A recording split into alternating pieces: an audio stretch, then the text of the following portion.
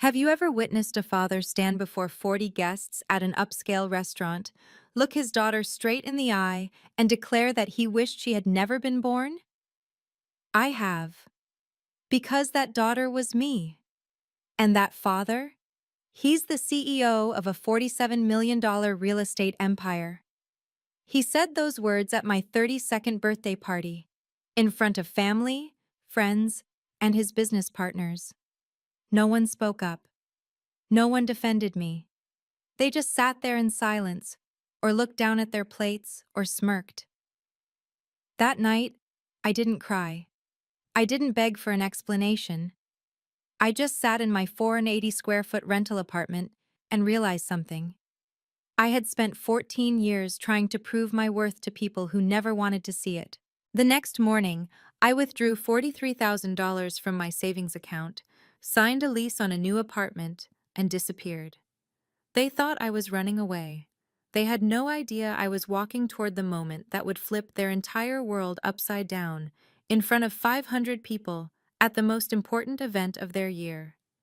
My name is Turner Townsend, and this is my story. If you're watching this, please subscribe and let me know where you are watching from. 3 weeks before my birthday, I sat at my father's dining table on February 8th, 2025, watching a familiar scene unfold. Richard Townsend, CEO, founder, the man whose name appeared on bronze plaques across Denver, sat at the head of the table. My brother Marcus sat to his right, leaning forward with that eager expression he always wore when discussing business.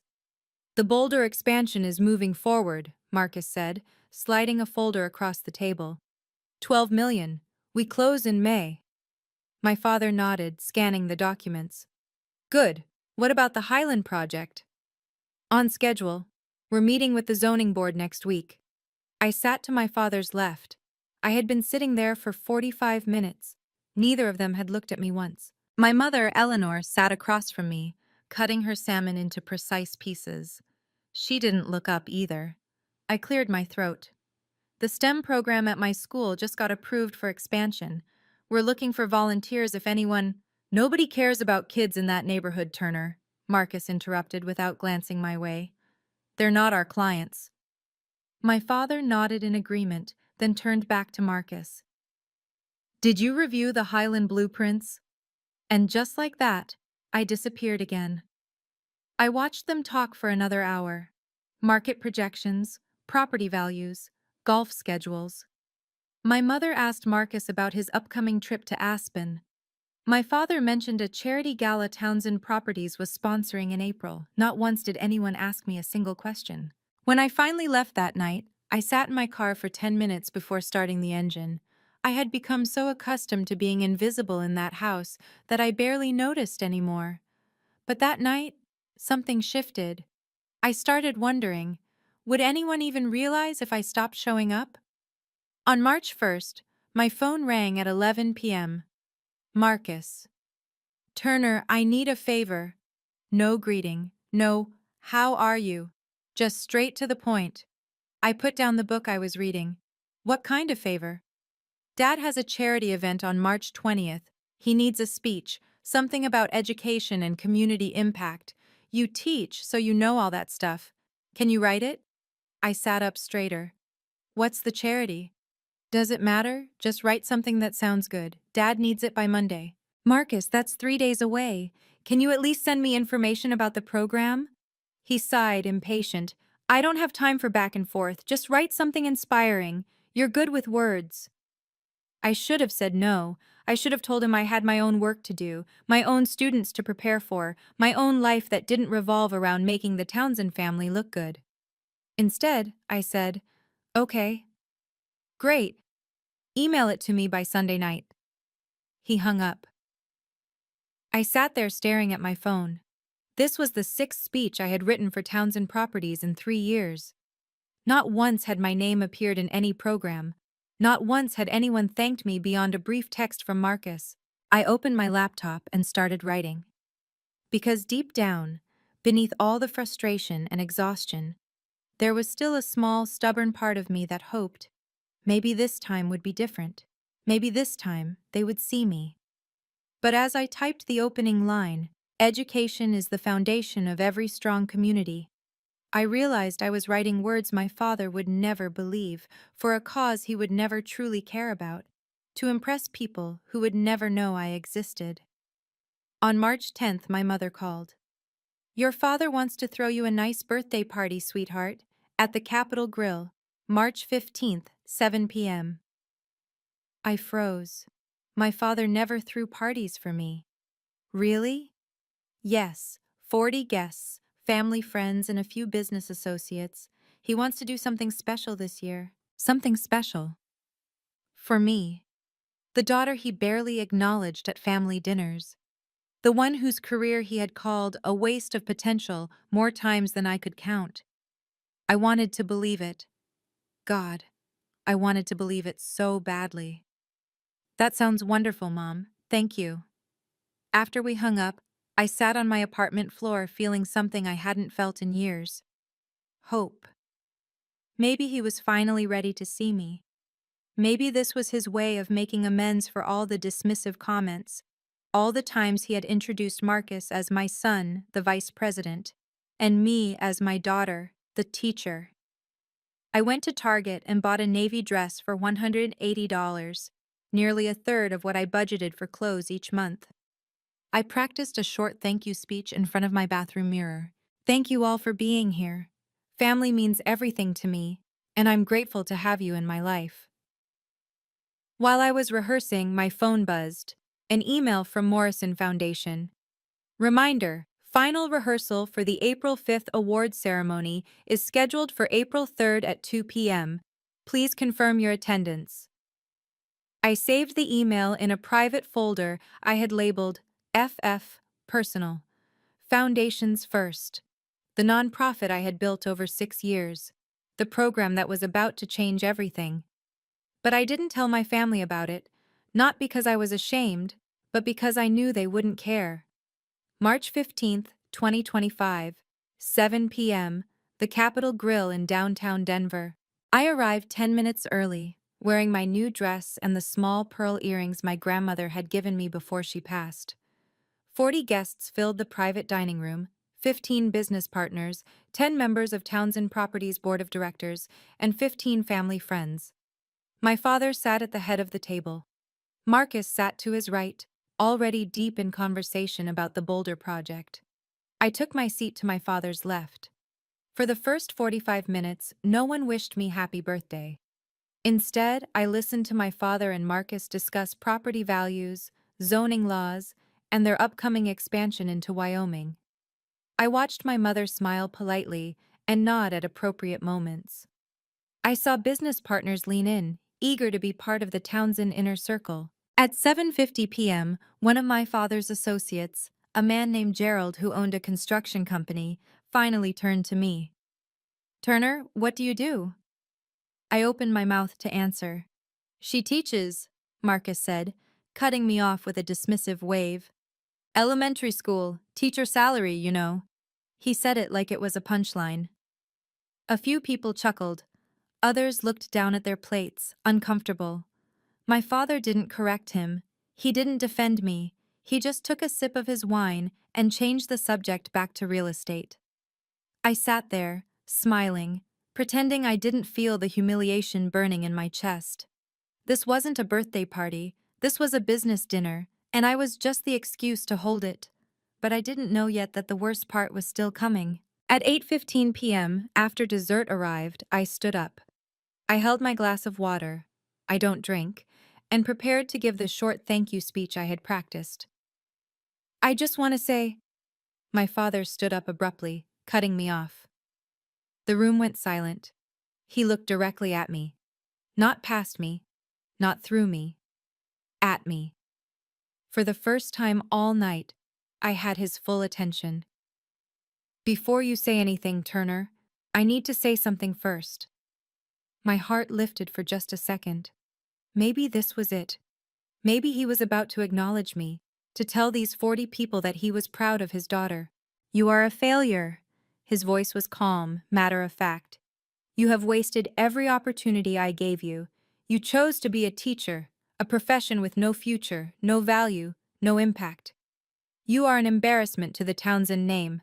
You are a stain on everything this family has built." He paused. The entire restaurant had gone silent. "I wish you had never been born."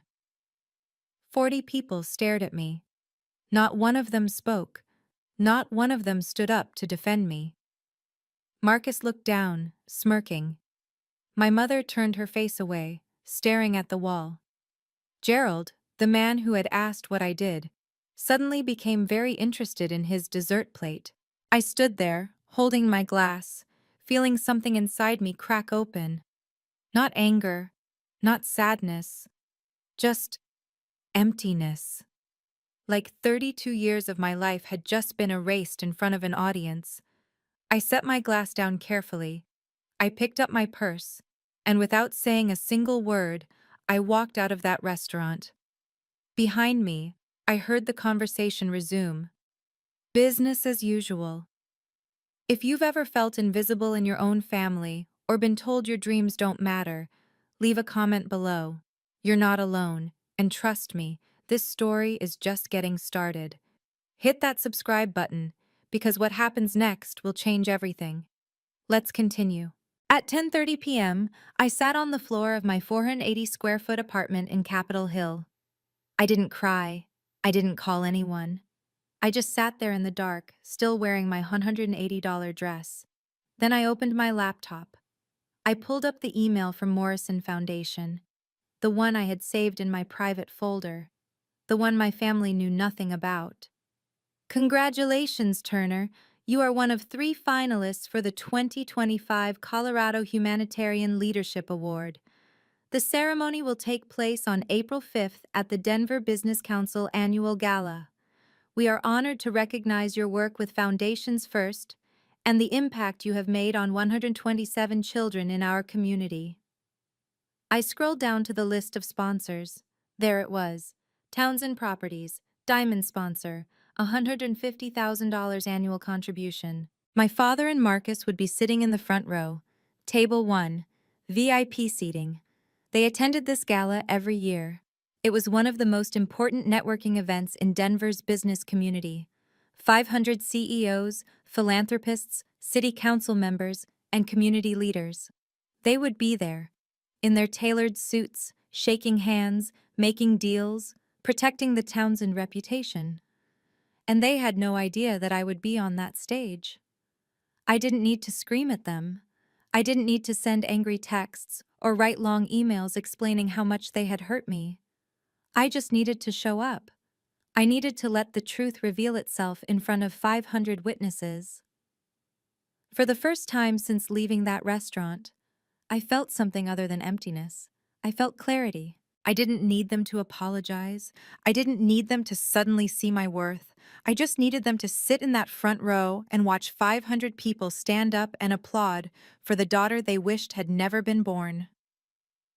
March 16th, 2025, 7 a.m. I walked into Wells Fargo and withdrew $43,000 from my savings account. 14 years of careful budgeting, 14 years of living in small apartments, driving a used car, skipping vacations. Money I had saved because I never knew when my family might cut me off completely. By noon, I had signed a lease on a 1-bedroom apartment in Cherry Creek, $1,400 per month, 12-month commitment. It had tall windows, hardwood floors, and enough space for a proper home office. I spent the afternoon packing, clothes, laptop, the files for Foundations First, grant applications, student progress reports, partnership agreements. I left behind the family photos on my bookshelf. I didn't need reminders. At 4 p.m., I sent my mother a brief email. I've moved. I need time alone. Please don't contact me. She called 17 seconds later. I let it ring. She called again, and again, 7 times in 20 minutes. On the 8th call, I answered. Where are you? Her voice was tight with panic. I moved. What do you mean you moved? Where? Somewhere else. I'm not telling you. Turner, your father said those things because he was disappointed. Mom, you sat there and said nothing. You let him humiliate me in front of 40 people. You're overreacting. I'm not reacting. I am choosing. I paused. I'm choosing myself for the first time in my life. You can't just. I hung up. She called back immediately. I turned off my phone. For the first time in 32 years, I didn't explain myself. I didn't apologize. I didn't try to make anyone feel better about my decision. I just left. On March 18th, Marcus called. I had turned my phone back on to coordinate with Morrison Foundation, and his name appeared on my screen at 9 a.m. I almost didn't answer. But I was curious. Turner, what are you doing? Mom is worried sick. I'm fine. You can't just disappear like this. Family needs you. I almost laughed. You need me to write another speech? Silence. Then, Dad has an event at the end of the month. Can you help? There it was. Not are you okay? Not I'm sorry about what happened. Just another request for free labor. No. What? No, Marcus. I'm not writing anything for Dad. I'm not doing any more favors for Townsend Properties. You're being childish. Dad said those things because he wants you to grow up. I'm 32 years old. I am grown up. And I've decided I'm done working for free for people who don't respect me. You're going to regret this. Goodbye, Marcus. I hung up before he could respond. He didn't call back. He didn't text to ask if I was okay. He didn't apologize for laughing when our father humiliated me. That told me everything I needed to know. I sat in my new apartment, my space, my lease, my choice, and realized something important. They never missed me. They only missed what I could do for them. The speeches I wrote, the family gatherings I attended to make us look whole, the daughter who never complained, never demanded, never took up too much space. Well, I was about to take up a lot of space. On a stage, in front of 500 people, at their most important networking event of the year, and they still had no idea it was coming. On March 20th, I met Dr. Sarah Mitchell at Morrison Foundation's office in Lodo. Sarah had been my mentor for 4 years, since the day I had walked into her office with a 3-page proposal and a dream of bringing STEM education to underserved kids in Denver. She was the one who had believed in me when I had $200 in my bank account and no idea how to write a grant application. Turner. She smiled as I walked in, then studied my face. You look different. I moved. New apartment. Good different or running away different? I sat down across from her. Good different. She slid a folder across her desk. Then you're going to love this. We just received the Q1 impact report. 127 children completed your STEM program. 89% improved their math and science scores. 15 received scholarships to summer programs. I felt something warm spread through my chest. Pride. Real pride.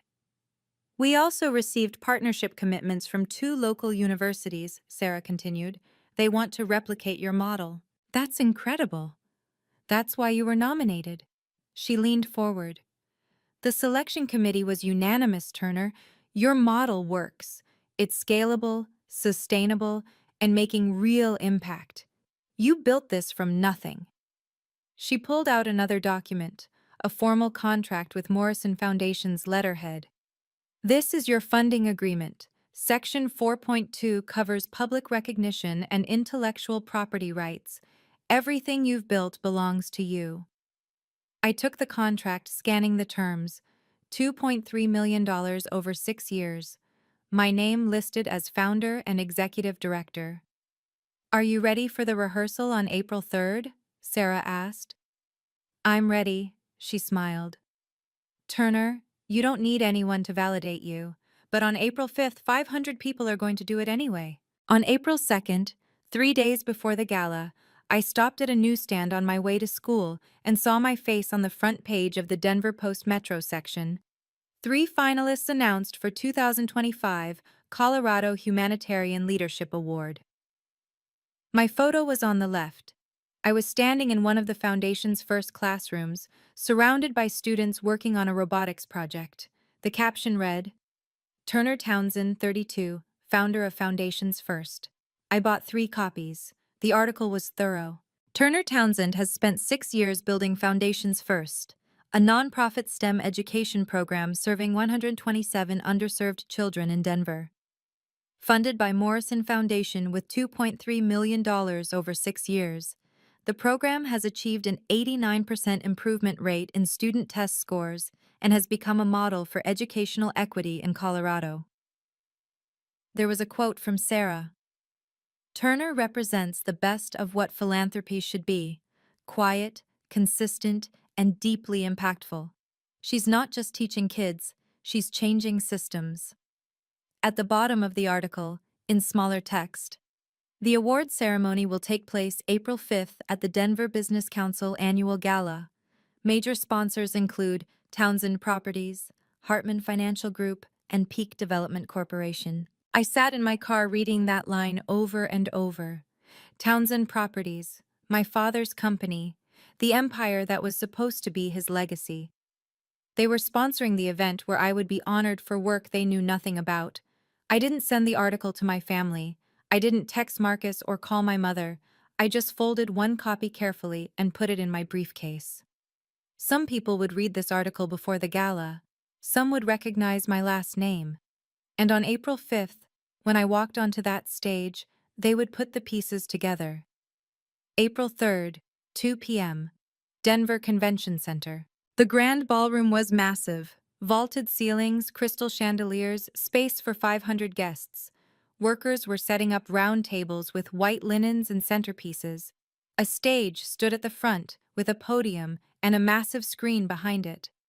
James Rodriguez, the director of communications for Denver Business Council, met me at the entrance. Turner, welcome. Let me walk you through the program. We went over the schedule. Cocktail hour at 6, dinner at 7, awards at 8. You'll be the second finalist called to the stage, James explained. We'll show a 3-minute video about Foundations first, then you'll give your speech. 3 minutes maximum. He showed me the video on his laptop. Footage of my students working on science experiments, parents giving testimonials, data graphics showing test score improvements. A young girl named Maya saying, Miss Townsend always tells us we can do anything. My throat tightened watching it. After your speech, you'll step to the side while we introduce the third finalist, James continued. Then the winner will be announced at the end. Questions? Can I see the seating chart? He pulled it up on his tablet. VIP tables are in front. Table 1 is reserved for our diamond sponsors. I looked at the names. Richard Townsend, CEO, Townsend Properties. Marcus Townsend, VP Development. Front row, center, 15 feet from the stage. Perfect, I said. James looked at me curiously. Do you know them? I used to. He didn't push further. See you Saturday at 6. And Turner, that video is powerful. You should be proud. I smiled. I am. April 5th, 2025, 4 p.m. I stood in my new apartment, looking at myself in the full-length mirror. Navy suit, simple, professional. I had bought it 2 weeks ago for $220, another chunk of my carefully managed budget. But this wasn't about the dress. This was about showing up as exactly who I was. A woman who had built something meaningful without anyone's permission. My phone buzzed. A text from Sarah. You're going to be amazing. See you at 6. I reviewed my speech one last time. 3 minutes. I had timed it 17 times over the past 2 days. Not because I was nervous about speaking, I spoke in front of students every day, but because I wanted every word to count. This wasn't about revenge. It wasn't about humiliating my father or proving Marcus wrong. It was about standing in my truth in front of people who had spent years telling me I didn't matter. Another text came through. Unknown number. Then I saw the message. Can you please call me back? I need to talk to you. Mom. My finger hovered over the screen. Then I turned off my phone. Not out of anger, not out of spite, but because I needed to focus on what mattered. The 127 kids who depended on Foundations First. The families who had trusted me with their children's education. The work I had built when everyone told me teaching was a waste. I looked at myself one more time in the mirror. This isn't about them, I said out loud. This is about the kids. I picked up my purse, grabbed my keys, and walked out the door. By 6 p.m., I would be standing in the same room as my father and brother. By 8 p.m., everything would change. 6 p.m., Denver Convention Center, Grand Ballroom. I arrived through the back entrance as James had instructed all finalists. The ballroom was already filling with guests. Men in tuxedos, women in evening gowns, the quiet hum of wealth and influence. 500 people, CEOs, philanthropists, city council members, the people who shaped Denver's business landscape. And there, on the massive screen behind the stage, the list of sponsors scrolled past. Townsend Properties, Diamond sponsor. I stood in the wings, hidden behind a black curtain, and watched the room fill. Table 1 sat directly in front of the stage, 15 feet away. 2 seats were still empty. Then I saw them. My father walked in first, wearing a charcoal suit that probably cost more than my monthly rent. His silver hair was perfectly styled. He shook hands with the mayor, clapped a board member on the shoulder, laughed at someone's joke. Marcus followed, wearing a navy suit similar to mine. He held a glass of champagne and scanned the room like he owned it. They took their seats at table 1, front row, center stage. My father leaned over to say something to the man next to him, probably about the Boulder Project or the Wyoming expansion. Marcus pulled out his phone, smiling at something on the screen. Neither of them had any idea I was 30 feet away, watching them through a gap in the curtain.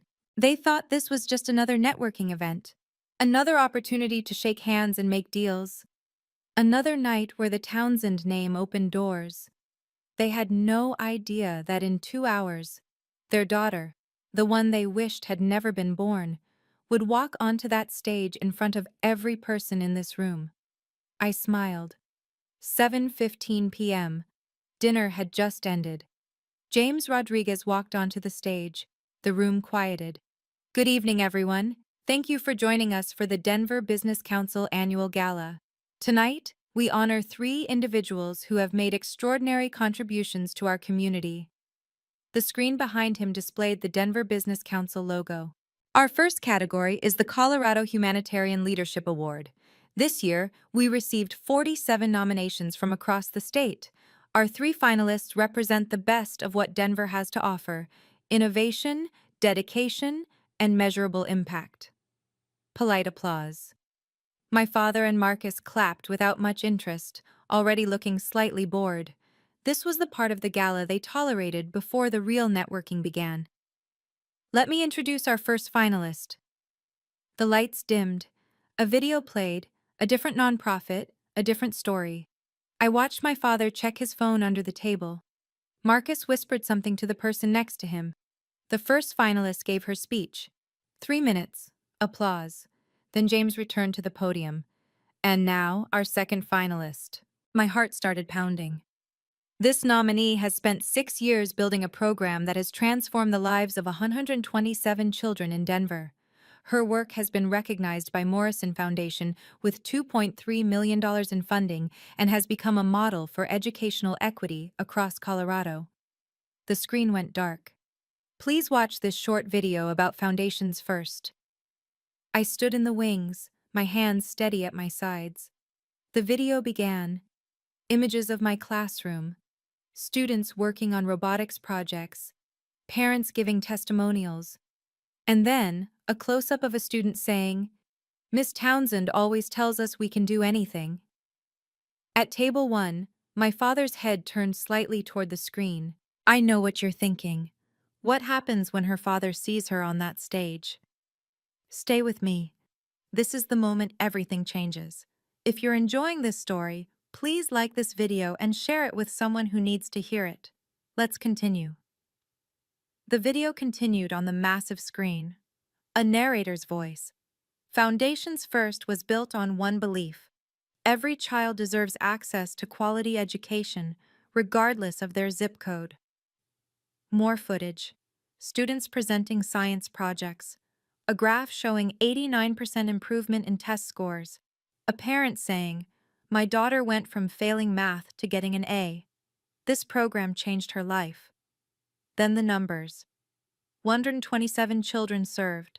$2.3 million in funding from Morrison Foundation, partnerships with 2 major universities. At table 1, Marcus had stopped looking at his phone. He was staring at the screen.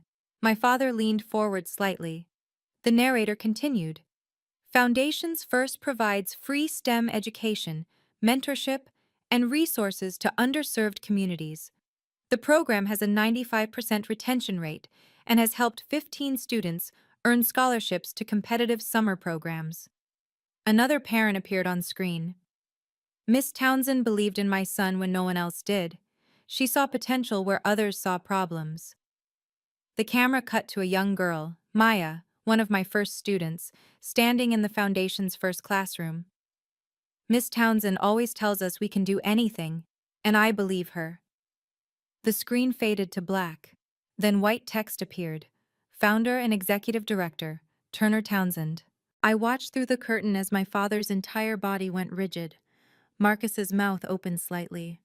The man sitting next to my father, Gerald, the same man who had been at my birthday dinner, looked from the screen to table 1 with sudden recognition. A few people in the audience began whispering. Some had read the Denver Post article. They knew the name Townsend. James returned to the podium smiling. "Please welcome to the stage, Turner Townsend." The spotlight hit the wings where I stood. I stepped out into the light. 500 people stood up. The applause was immediate, thunderous. I walked across the stage. Steady steps, head high, exactly as I had practiced. The lights were bright, but I could still see the audience clearly. At table 1, my father sat frozen, his champagne glass halfway to his mouth. Marcus stared at me like he was seeing a ghost. Eleanor, I spotted her at table 2, had her hand over her mouth. I reached the podium. The applause continued. I smiled and raised one hand in a small wave, waiting for the room to quiet. It took almost 30 seconds. When the audience finally settled back into their seats, I looked out at 500 faces. Business leaders, community organizers, people who had built careers on reputation and respect. And in the front row, 15 feet away, sat the man who had told me he wished I had never been born. I didn't look at him. I looked past him, at the people in the back, at the faces that wanted to hear what I had to say. "Thank you." My voice was steady, clear. 6 years ago, I was teaching at a public elementary school in Denver.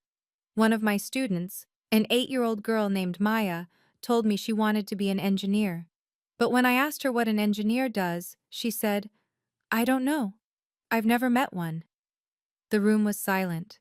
Everyone was listening. That's when I realized, talent is everywhere. Opportunity is not. I paused, letting the words settle. Foundations First started with 12 kids in a borrowed classroom. Today, we serve 127 children. 89% have improved their test scores. 15 have received scholarships to STEM summer camps. Applause again. I waited for it to fade. This work wouldn't be possible without Morrison Foundation, who believed in this vision when no one else did. I saw Sarah in the audience, smiling. She nodded once. But more than that, it wouldn't be possible without the kids themselves. They show up every week, ready to learn, ready to try, ready to believe that they can be scientists and engineers and leaders, even when the world tells them they can't. I glanced down at my notes, then back up at the audience. I didn't build this program for recognition. I built it because those kids deserve a chance. Because talent doesn't care about your zip code or your parents' income or what school you go to. Talent is everywhere. We just have to choose to see it. More applause. I could see people nodding, leaning forward in their seats. Over the past 6 years, I've watched students who were told they were bad at math solve complex equations. I've watched kids who had never touched a computer build functioning robots. I've watched parents cry when their children brought home report cards with grades they never thought possible. My voice didn't waver. I had practiced this moment, but it wasn't rehearsed emotion, it was real. That's what Foundations First is about. Not charity, not pity, just opportunity.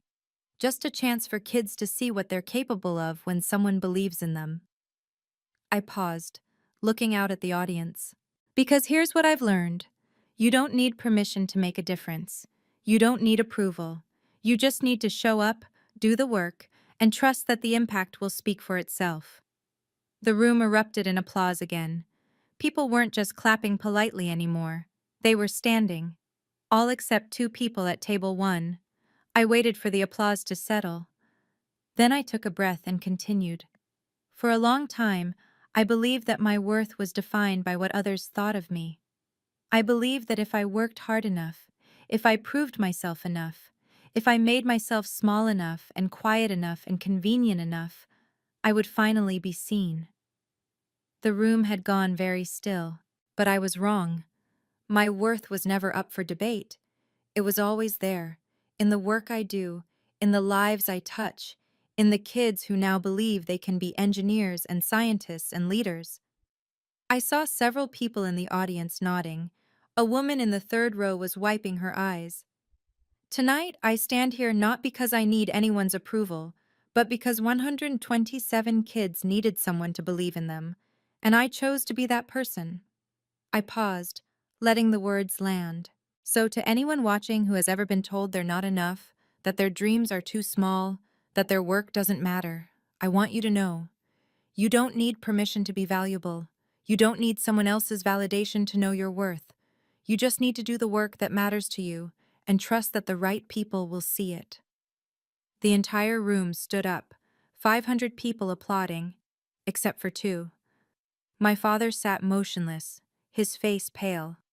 Marcus had his head down, staring at the table. I looked directly at them for the first time, not with anger, not with triumph, just with quiet certainty. Then I looked back at the audience, smiled, and said, "Thank you." As I walked off the stage, the applause followed me into the wings. The moment I stepped off stage, Sarah was there, pulling me into a hug. "You were perfect," she whispered. Before I could respond, people started approaching. A CEO from a tech company, a city council member, a woman who ran a foundation I had read about in the Denver Post. "Turner, I've been following your work. We should talk about partnership opportunities. Do you have plans to expand to other cities? My company would love to sponsor your next cohort." I shook hands, exchanged business cards, answered questions. Everyone wanted to know about Foundations First, about the model, about how they could help. Through the crowd, I could see table 1. My father sat rigid in his chair, staring straight ahead. Marcus was trying to have a conversation with someone, but the man politely excused himself and walked toward me instead. It was Gerald, the construction company owner who had been at my birthday dinner 3 weeks ago. "Turner." He extended his hand. "I had no idea you were Richard's daughter. The work you're doing is remarkable." "Thank you." "I mean it. We need more people like you in this city." He glanced back at table 1, then lowered his voice. "I'm sorry about what happened at your birthday. That was inappropriate." I nodded. "I appreciate that." He handed me his card. "If you ever need construction support for facility expansion, call me. Pro bono." As he walked away, I saw Eleanor making her way through the crowd toward me, but before she could reach me, another group of people stopped to introduce themselves. I glanced at my father one more time.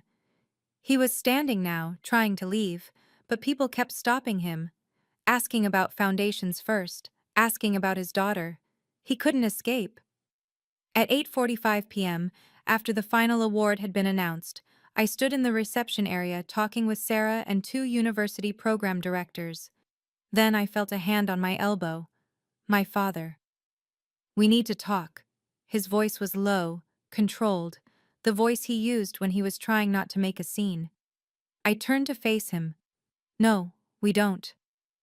Turner. He glanced around at the people nearby, then tried to pull me toward a corner. Not here. I didn't move. I'm in the middle of a conversation. His jaw tightened. You just made this family look terrible in front of 500 people. I didn't do anything.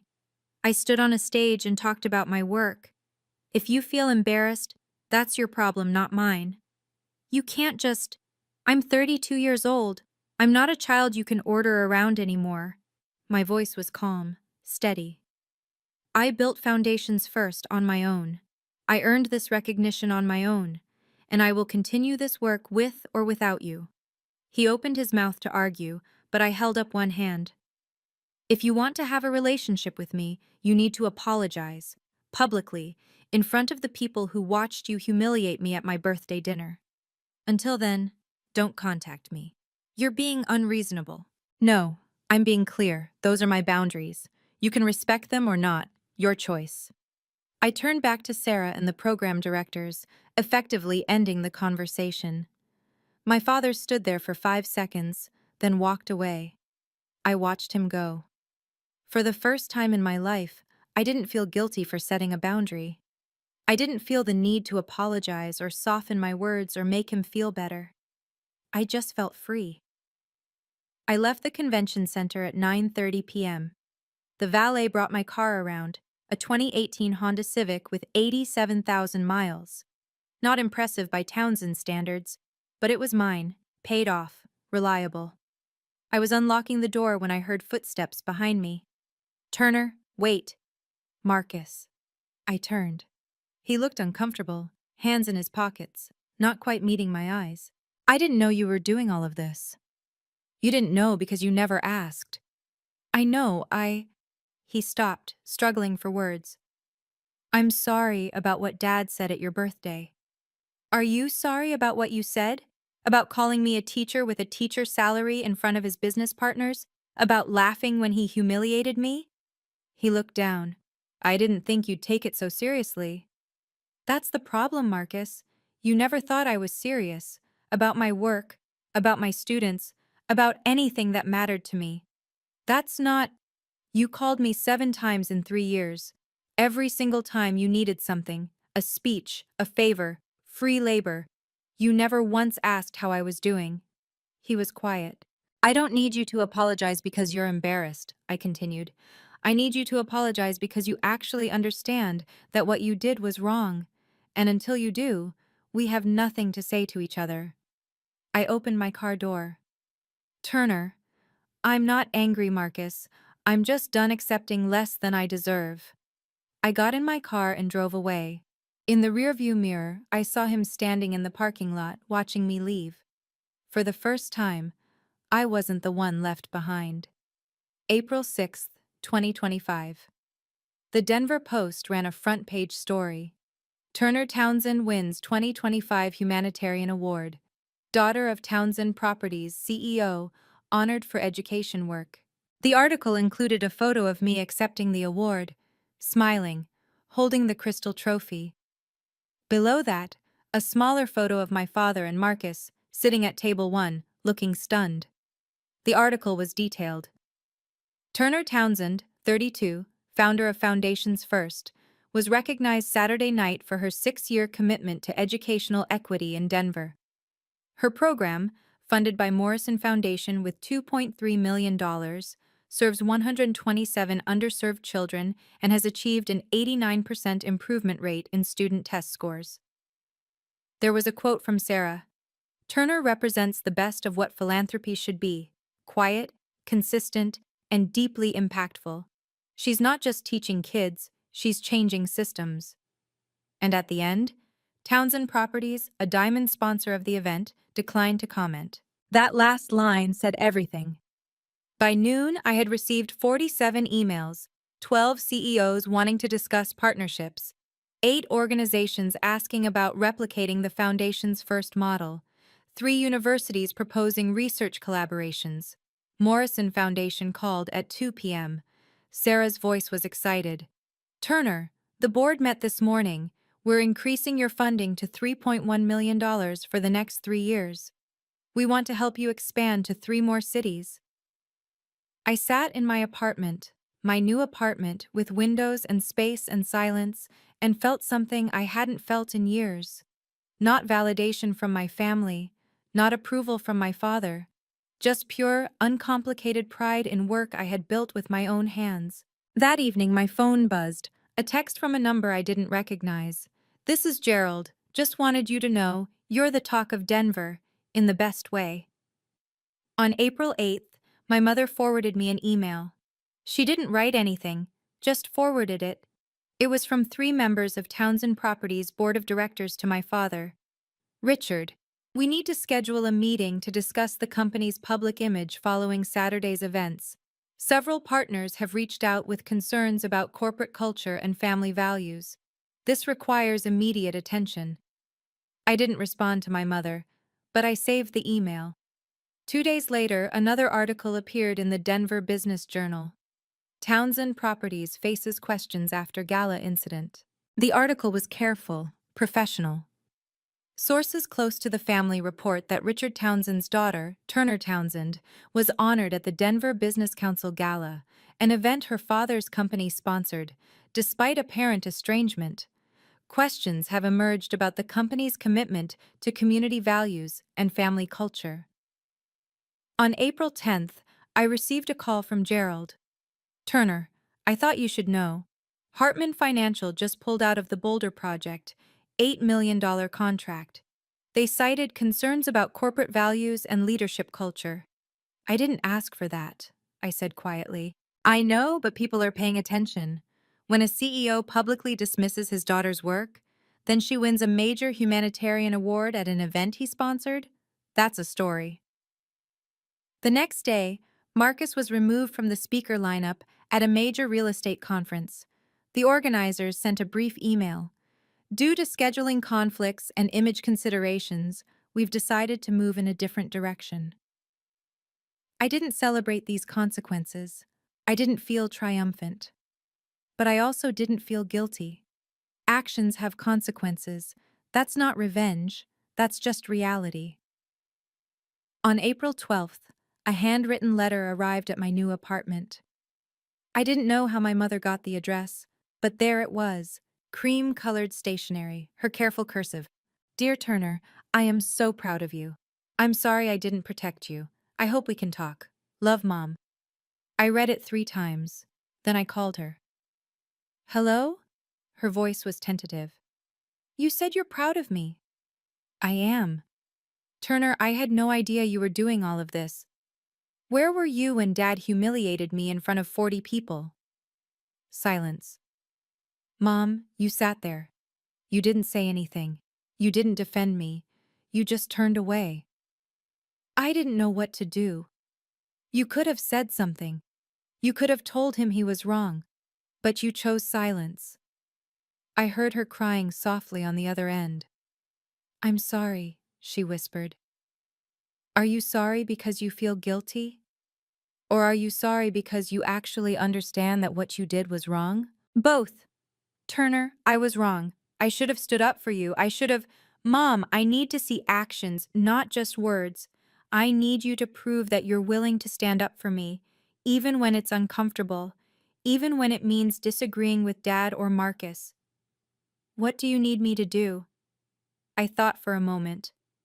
"Come see Foundations first. Come see what I built. Not because you want to fix our relationship, but because you actually want to understand my work." "I will." "When?" "I'll text you the address. You can come next Thursday at 3 p.m. "Thank you, Turner." "I'm not promising anything, Mom. I'm just leaving the door open a crack. What you do with that is up to you." On April 15th, I received an email from my father. Subject line, "Moving forward." "Turner, I think we should meet and discuss the future. I'm prepared to offer Townsend Properties support for Foundations First. We can provide funding, resources, and connections. Let me know when you're available. Richard." I read it twice. Then I wrote back, "Thank you for your offer. However, Foundations First is not accepting funding from Townsend Properties at this time. If you want to rebuild our relationship, you need to start with a public apology. To me, in front of the people who witnessed you humiliate me at my birthday dinner. Until then, I'm not available to meet. Turner. I hit send before I could second guess myself. He didn't respond. 3 days passed, then a week, then 2 weeks. No apology, no follow-up email, nothing. And that told me everything I needed to know. He didn't want to repair our relationship. He wanted to control the narrative. He wanted to buy his way back into my life without actually taking responsibility for his actions. But I wasn't for sale anymore. On May 1st, I received a forwarded email from Eleanor. It was from the Townsend Properties Board to my father. Richard, the board has voted to require all senior leadership to complete a professional development course on workplace culture and ethical leadership. This is non-negotiable. My father was being held accountable, not by me, but by the people whose respect he actually cared about. I didn't gloat. I didn't send him a sarcastic message. I just filed the email away and went back to work. Some people change when they face consequences. Some people double down. My father had made his choice. May 2025. Foundations. First expanded to 3 new schools. I hired 2 full-time teachers. Both were former educators who had left the profession due to burnout, and both were thrilled to work for a program that actually valued their expertise. Morrison Foundation announced plans to replicate the foundation's first model in 5 other cities across Colorado. Sarah called it the most successful educational equity program we've funded in a decade. I received an invitation to speak at TEDx Denver in September. The topic: Building Impact Without Approval. On May 15th, I signed a lease on a bigger apartment. 2 bedrooms, 100 square feet, $1 to $800 per month. 1 bedroom for me. 1 for a home office where I could work on grant applications and program development without sitting on my living room floor. I bought a desk from IKEA. I hung my Humanitarian Leadership Award on the wall above it. Not because I needed the validation, but because it reminded me I had built something real. The students kept showing up every week. Maya, the girl who wanted to be an engineer, was now tutoring younger students in robotics. A boy named Jamal, who had struggled with reading, was now devouring science books. One afternoon, a parent pulled me aside after class. "Miss Townsend, I just want you to know, my son talks about you all the time. He says you're the first teacher who ever believed he was smart." I felt my throat tighten. He is smart. I know that now. Thank you for seeing it. That night, I sat in my new apartment and realized something. I was happy. Not because my family had apologized, not because I had won some battle, but because I had built a life I was proud of, with or without their approval. On June 3rd, my mother showed up at Foundations First unannounced. I was in the middle of a lesson on basic circuits when I saw her standing in the doorway. She looked nervous, clutching her purse like a shield. I finished the lesson, helped the students clean up, then walked over to her. "Hi, Mom." "Hi." She looked around the classroom, at the posters on the walls, the bins of supplies, the students' projects displayed on tables. This is wonderful, Turner. Thank you. Can I see more?" I gave her a tour, showed her the curriculum, introduced her to my 2 new teachers, let her watch a group of students present their final projects, robots that could navigate a simple maze. She didn't say much. She just watched, taking it all in. Afterward, we sat in my small office. "I didn't know," she said quietly. "I didn't know you had built all of this." "You didn't know because you never asked." She nodded, tears in her eyes. "I'm sorry, Turner. I'm sorry I didn't see you. I'm sorry I didn't protect you." I waited. "I know you said you need to see actions," she continued, "so I'm asking, what can I do?" I thought about it. "Can you volunteer? 1 afternoon a week, help with math tutoring." "Yes, absolutely." "This isn't about fixing our relationship overnight, Mom. This is about showing up, consistently." "I understand." She started the following week. Every Thursday at 3 p.m., she arrived with a notebook and a patient smile. She worked with students who struggled with fractions and percentages. She learned their names, she celebrated their progress. It wasn't forgiveness yet, but it was a beginning. On August 12th, I received a letter in the mail, handwritten, from Marcus. Turner, I've spent the past 4 months thinking about what I did, about how I treated you, about the person I became when I was trying to impress Dad. I'm sorry for dismissing your work. I'm sorry for laughing when he humiliated you. I'm sorry for only calling when I needed something. I don't have a good excuse. I was selfish and cruel, and you deserved better. I just wanted you to know. I was wrong. Marcus. I read it 3 times. It was different from my mother's letter. More specific. More honest. No excuses. But I didn't respond right away. Because words are easy. Actions are harder. 2 weeks later, Marcus showed up at a foundation's first open house. He didn't announce himself. He just sat in the back row and watched students present their projects. Afterward, he came up to me. Hi. Hi. I read about this event in the newsletter. I hope it's okay that I came. It's a public event. He nodded, awkward. Your students are impressive. They are. I'd like to come to the next one, if that's okay. I studied him. He looked different, less polished, less confident, more uncertain. You can come, I said. But I'm not ready to have a relationship with you yet. I need to see that you've actually changed. I understand. He came to the next event, and the one after that. He sat in the back, didn't try to talk to me, just watched. I wasn't ready to forgive him, but I was willing to see if he was serious about change, because that's what boundaries are, not walls, but doors. Doors that only open when someone proves they're worth letting in. November 2025, 8 months after the gala. Foundations. First now serves 240 students across 6 schools. 3 other cities have adopted our model. Morrison Foundation increased our funding again, $3.8 million over the next 4 years. My mother still volunteers every Thursday. She's become one of our most reliable tutors. We have coffee sometimes after her shift. We're rebuilding, slowly, on new terms. Marcus has attended 4 Foundation's first events. He donated $5,000 to our scholarship fund, anonymously, but I found out. We've had 2 brief conversations. I'm not ready for more than that. Maybe someday. My father hasn't apologized. He hasn't reached out. And I've made peace with the possibility that he never will. Because here's what I've learned. I don't need his approval to be valuable. I don't need his recognition to know my work matters. I don't need him to change for me to be happy. I built a life I'm proud of. I set boundaries that protect my peace. I surrounded myself with people who see my worth, not because I had to prove it, but because it was always there. Some people will never see you, and that's okay. You don't need everyone to understand your value. You just need to understand it yourself. On my 33rd birthday, I celebrated with my students. We had cake in the classroom.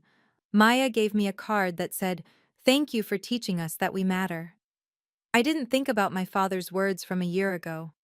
I didn't replay that moment at the Capitol Grill. I just looked at those 127 faces, now 240, and knew I made the right choice. I chose myself. I chose my work. I chose the kids who needed someone to believe in them. And I would make that choice again, every single time. Thank you for watching my story. If you've ever been underestimated, dismissed, or told you're not enough, remember this. Your worth is not up for debate.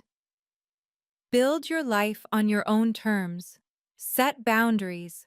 Protect your peace. And never wait for someone else's approval to be proud of who you are. If this story resonated with you, please subscribe, like, and share it with someone who needs to hear it. Leave a comment below. I'd love to hear your story. Until next time, take care of yourself. You deserve it.